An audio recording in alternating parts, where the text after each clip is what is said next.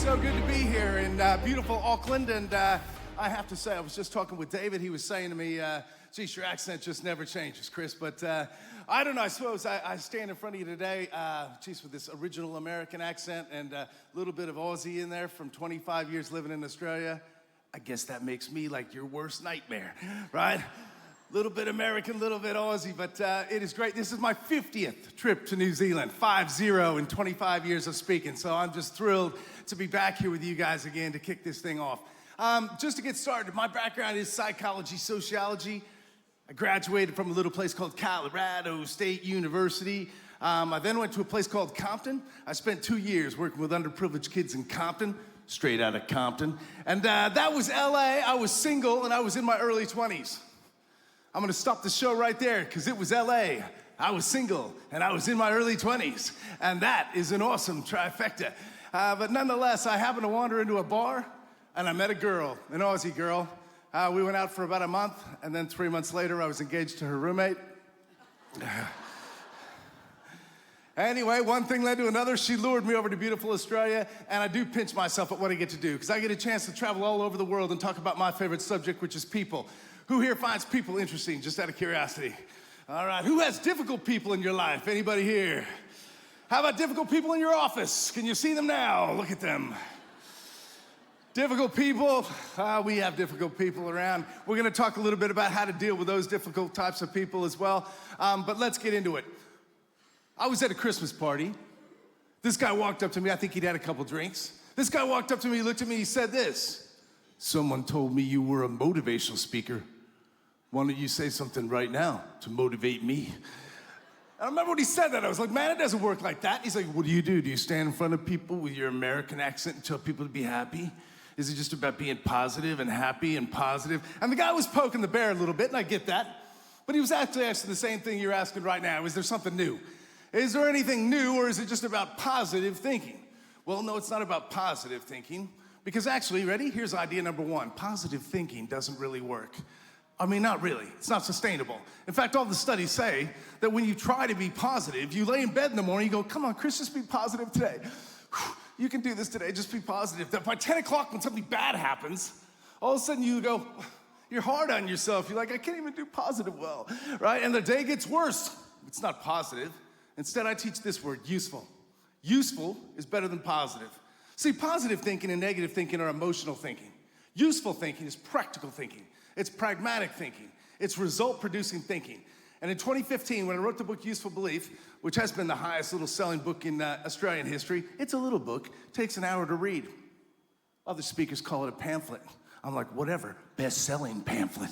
Nonetheless, it's a little book, and this idea of useful belief works a little bit like this. Let me ask, who here drove here today, just out of curiosity? All right, when you drove, what is your name, sir? Aaron, you drove in today. How long did it take you to get here? 25 minutes, 25 minutes. Aaron, can I ask you a question? How many times did you see a red Toyota on the road?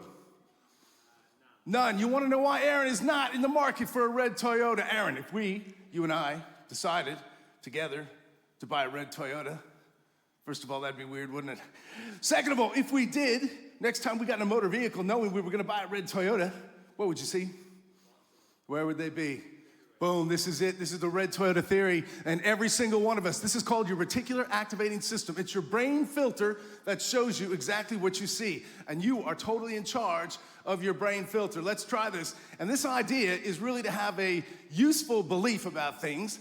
And a useful belief, well, let's talk about this idea of useful beliefs and how we tie it into our brain and what we see. All right, here we go. Who's here is a parent, by the way? Who's a parent, just out of curiosity? All right. This is the best time in the history of the world to be a kid. True or untrue? What do you think? Not true. I don't know. People are like, no way, Chris. No way, Chris. When I was a kid, we were real kids. We were outside kids. We had a bike and a bat and a ball. We waited for mama to flick the porch light. That's when we knew it was time to come inside, not like these kids today. Stupid iPhones, computer games. Who here has ever said something like that, just out of curiosity? All right, look at this is the best time in the history of the world to be a parent. True or untrue? Here we go again. I don't know. You know what? I don't know if it's true. My boys are 24, 22, 20, and 8. But nonetheless, I have 4 boys. Here's what I've worked out. Truth, just like positive thinking, is overrated. Instead, I don't worry about truth. We get truth very confused with, we get truth confused with perception. Because my perception, my useful belief, when I believe it's the best time in the history of the world to be a parent, an amazing thing happens. I'm actually a better dad. I'm actually dialed into the year 2025. This is the best time in the history of the world to be in real estate. True or untrue? All right, that's pretty good, but you know what? I don't even care if it is true, because here's the thing.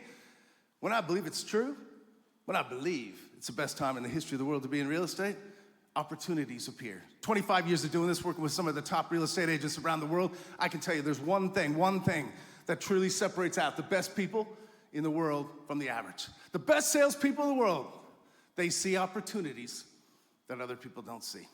It's that simple. They walk into every situation looking for opportunities. Now, I'm not saying you don't have a reality. We all have a reality. I'm not saying we don't have a reality. There's things about your job that are hard. There's things about your job that are difficult. There's things about your reality that's not easy, and that's okay, but you still have to do it. And so here's the thing. You can change it, by the way. But if you're not gonna change it or have to do something, well, then you might as well have a useful belief about it. This is the best time in the history of the world to prospect. Now, by the way, we all have a reality. There's women in this room have a reality every day. There's women in this room wake up every day next to that same person, day in, day out, day in, day out. And some days you think to yourself, I'm gonna look over there in a minute. It's not gonna be him. It's gonna be Ryan Gosling. I'm gonna count this down right now. 3, 2, 1. Nope, it's still him. Now here's the thing. Sometimes if you're not gonna change something, well then you might as well have a useful belief about it. I'm not saying we don't have a reality. There are things that happen in life. I remember in 2019, before that little coronavirus thing, I did 175 presentations in 2019. 175, I was 168 hotels. I rode on 159 airplanes, went overseas 13 times in 1 year. People used to say to me, Chris, that's a lot of travel. Man, you must hate all that travel. If I were you, Chris, I'd hate all that travel, right? And I was living in Melbourne at the time. I could have just done Melbourne gigs. That'd solve it. That would have affected my income, would have affected my lifestyle. Most of all, I don't want to because I love doing this. So here's the thing, if I'm not gonna change it, well then I might as well have a useful belief about travel. What's my useful belief about travel? I love airplanes, I love them. I love airports, I love them. I do, I love the airport lounges. I love hotels, I love hotel sheets. And you know what? I am alone all the time, walking through the streets of Auckland. Alone, alone, alone. Walking through the streets of Sydney. Alone, alone. Walking through Wellington. A little bit afraid, but alone. Here's the thing, you know what? It's the best time in the history of the world to be in real estate, if you're gonna be in real estate. And guess what? All of a sudden you walk in and you see opportunities everywhere. By the way, whatever your situation is in life, it's the best time in the history of the world to be single, if you're single. Best time in the history of the world to be a single parent, if you're a single parent. And by the way, if you're a single parent, talk to married people. They'll be like, what, how's this work? So you get the kids 1 week, but the next week you can do pretty much whatever you want. What? You know, but it's also the best time in the history of the world to be married in a relationship. If you're happily married in a relationship, ... insert situation. Now we start thinking about having a useful belief. What's useful? You can drive your every day with what's useful. What's the most useful thing for me to do today? If my business is at 0, to get from 0 to 2, what's the most useful thing for me to do? To get from 2 to 5, what's the most useful actions for me to take? And to get from 5 to 10, well, you know what? What's a useful belief about about our entire approach to what we're doing? This is the best time in the history of the world to be you. And I see people all the time going, no, it's not, Chris. I wish it was still 2019. I remember 2019. They were better times. These are tough times, Chris. Sometimes people are like, 2010, they were better times. Sometimes property managers are like, 96, I could still smoke at my desk. Better times. But here's the thing, it's not 96. It's not 2010, it's not 2019. It is 2025, and there's nothing we can do to change that. So we might as well have a useful belief about where we're going. It's the best time to be alive. Best time ever. Now I know we said we have to deal with some difficult people, and I want to talk about people just for a minute. There are 4 main kinds of difficult people and 4 main kinds of people that we get to deal with all the time. To set this up, I'm going to do a timeline. A little timeline on my stage here. Over here is going to be the past. Everyone together, this is the what? This is the... Try it again, guys. Here we go. This is the what? Let's say it with an American accent. This is the what? Every time. There we go. This is going to be the now. This is what? This is the... And this is going to be the Future. All right, here we go. First personality type. There are 4. First is red. And the rocket reds. Sometimes we need to get a more useful belief about the red personality. But the reds, they're the power people. They're the control people, right? They're shooting laser eyes around the room. How'd you go in that listing? How'd you go in that report? Right, these walking around, they're on their phone, they got intensity, they're making things happen, right? Right there they are, they're listening to Josh Fegan, Tom Panos, and somebody else at the same time. They're making things happen, looking around, right? Shooting laser eyes. Now, I say they're future-driven. You know you have a red boss. Red boss loves to say things like this. You can either get on the bus or you can get the hell off, because that's the way we're going, right? That's it. They don't care about the past. I love selling to the Reds. I sell to the Reds all the time. I love it because they're just like, get them fired up. I'm like, do you want this to tie into any sort of existing process? Or don't worry about that. We got spring market. We got to make it happen, right? Boom, this is it, the Reds. If you had red mom, red dad, you walk up to red dad, you're like, red dad, I want to talk about that thing that happened 12 years ago. I feel like I've never really workshopped my feelings about that thing that happened 12 years ago. I just want to talk it through a little bit with you. Red dad's going to be like, son. First of all, I have no idea what you're talking about. Second of all, if I did, I'd have 3 words for you. Get over it. That's it. They're red. I love the red email. You send off your email. It's a really nice email. You're like, I'm looking forward to seeing you Thursday at 4 o'clock. It's a sweet email, right? You send it off. You get red response. 4 p.m. Fine. CH. I do not write up my name. I will not use full sentences. I do not use punctuation. 4 p.m. Fine. CH. Now, of course, if you get this email and you're not red, you're like, I wonder if I have said something wrong. Perhaps I should call that person. Don't call them. Whatever, you can send it back the same way it came in. See you then, AB. Feels good to send a red email. The other day, I got one, said, fine. I sent one back, good.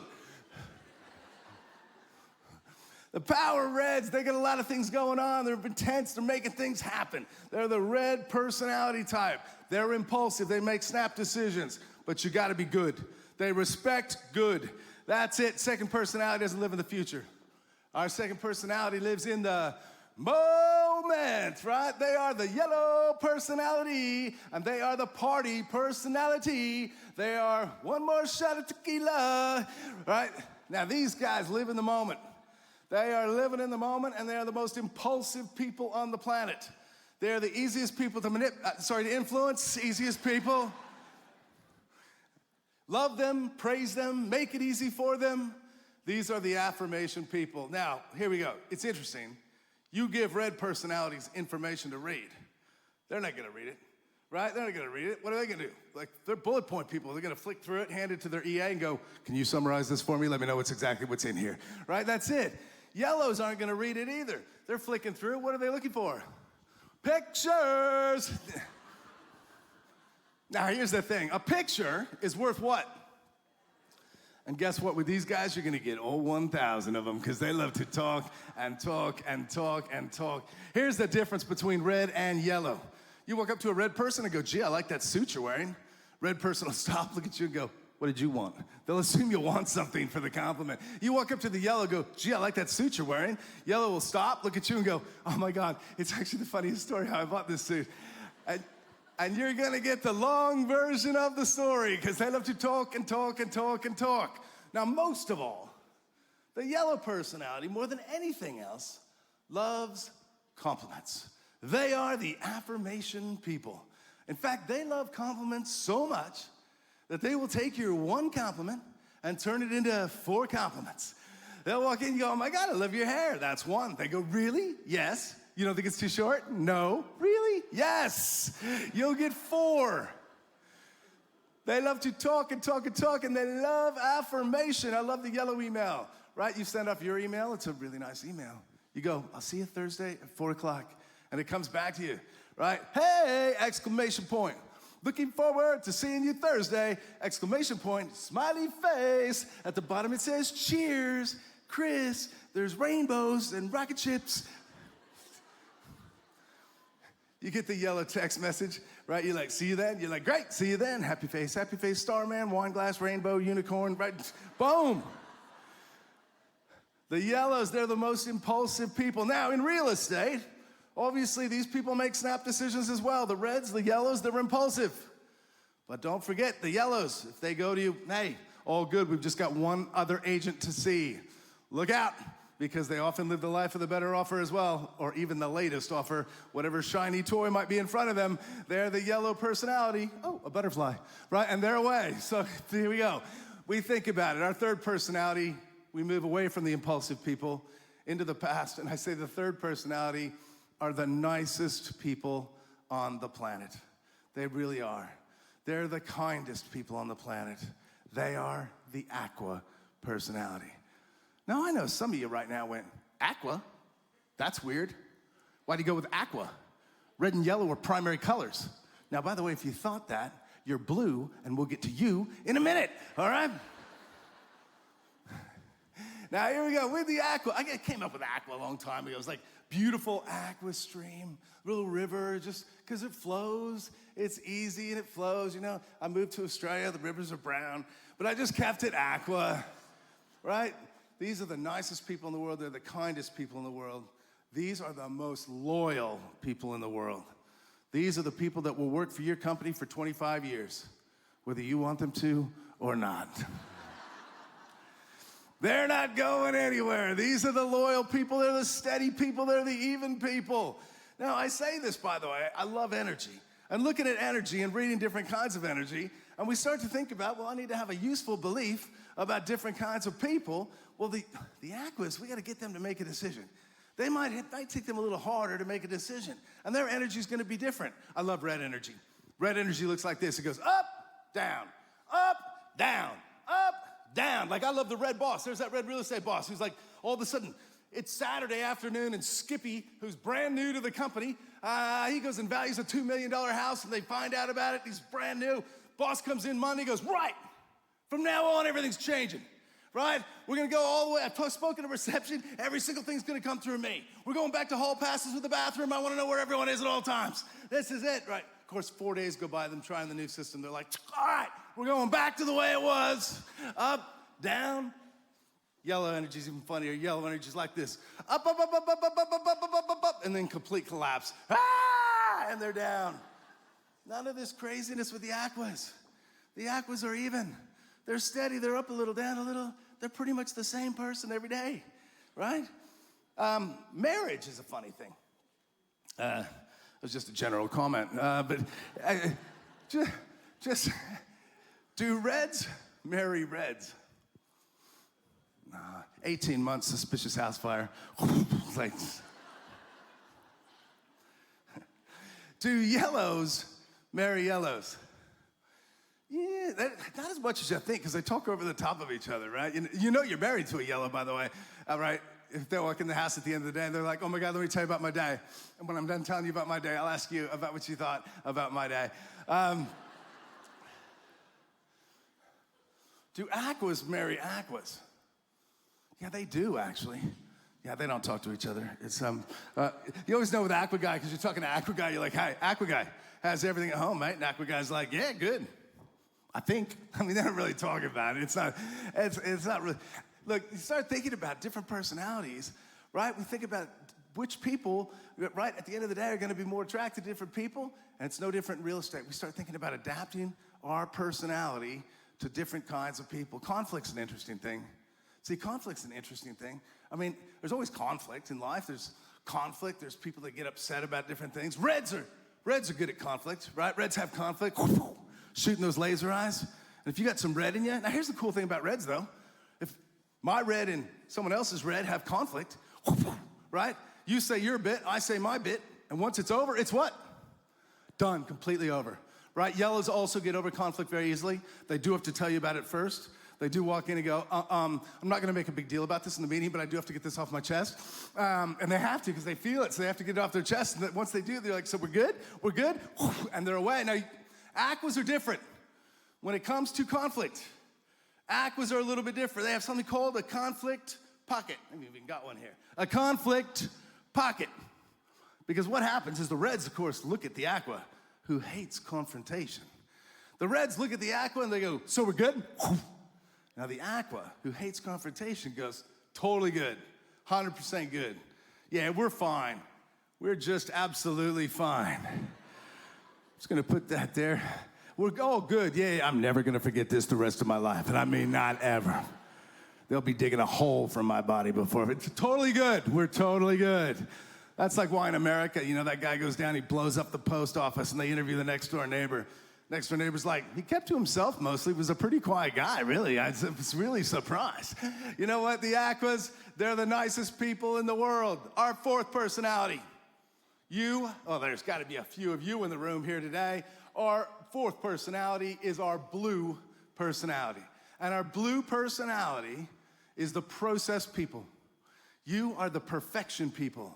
And there is a right way and a wrong way to do what?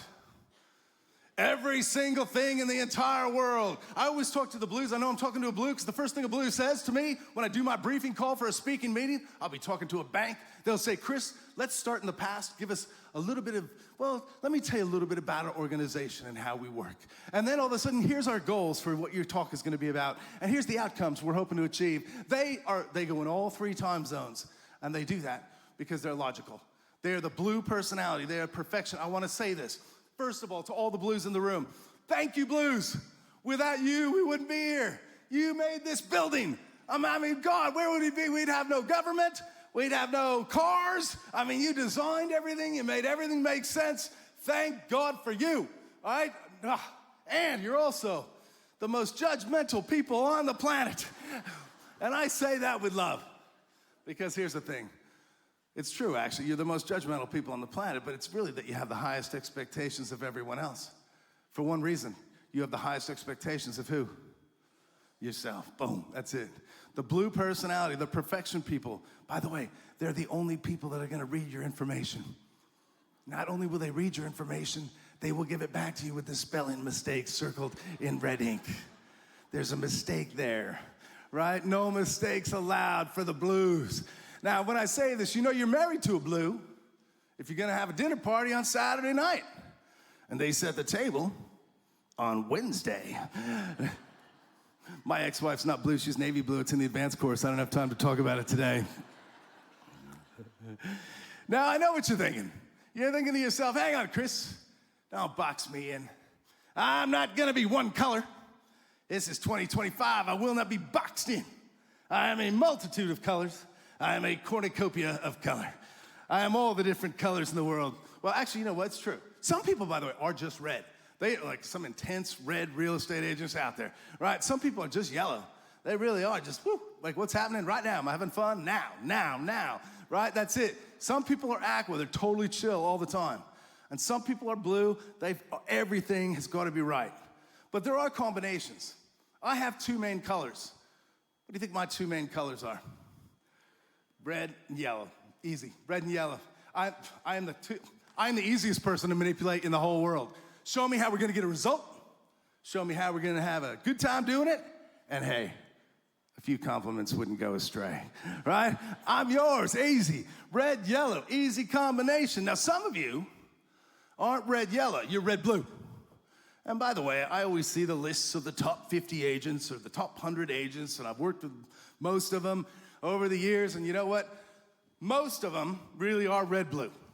And the fact is, red-blue is, well, red is result, and blue is following a process consistently every day. And that tends to be the recipe for successful real estate work. Now, when I say this, if you are red-blue, in 25 years of working with red-blues, if you are red-blue, just one thing. When you go home at night, park around the corner before you walk in the house.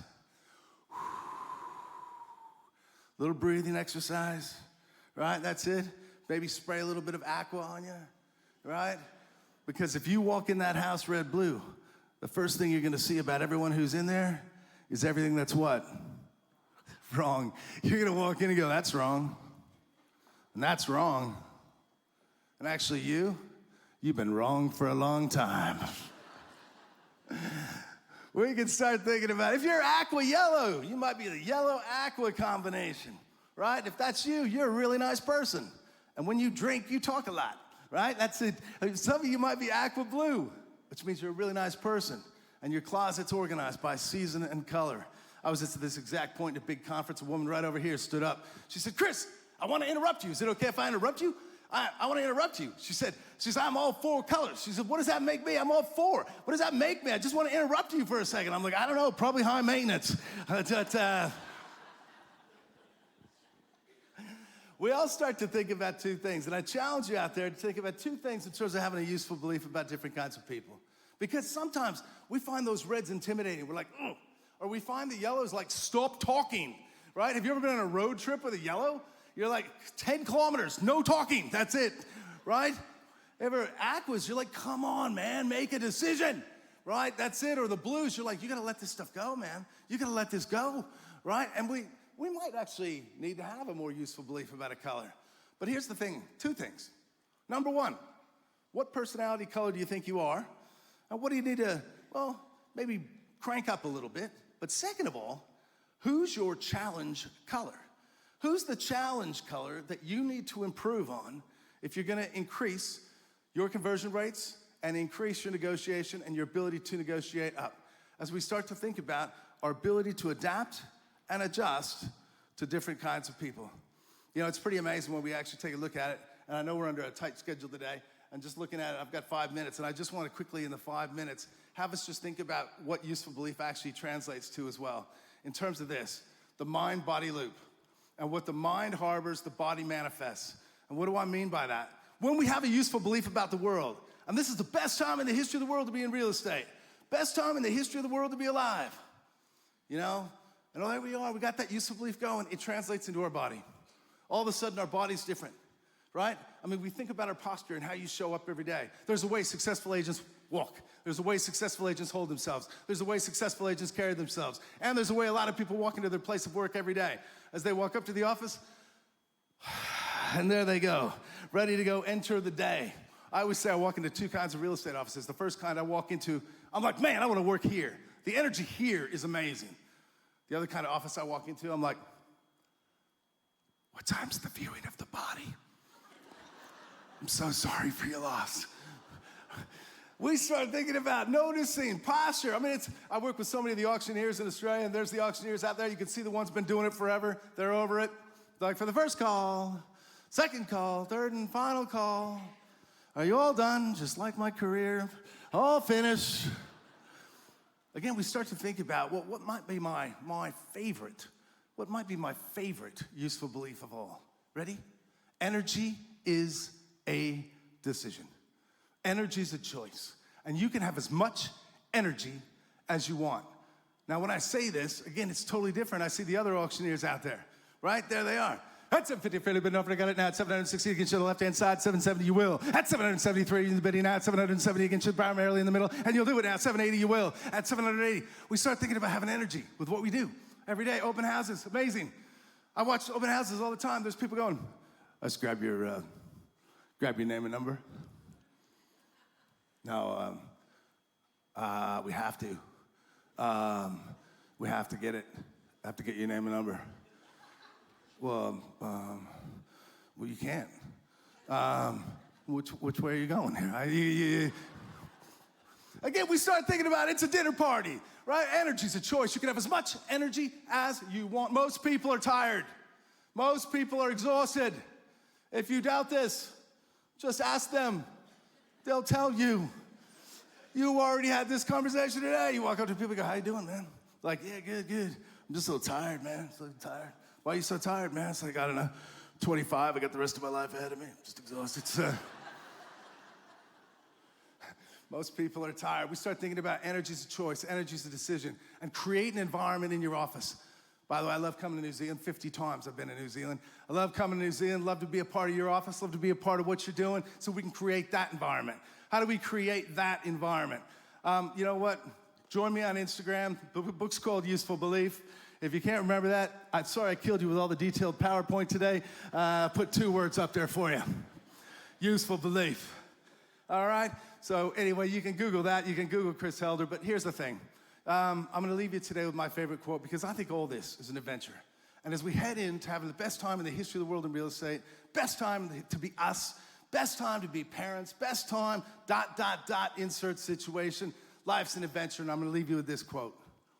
The quote is by a person who I think had the most useful belief of anyone who ever walked planet Earth. Her name was Helen Keller. And her amazing words She said this, and I believe this. Life is one of two things. It is either a daring adventure or it's absolutely nothing. I challenge you to go out and make your life the daring adventure you want it to be. My name's Chris Helger. Thank you so much for inviting me back to New Zealand, guys. Thank you.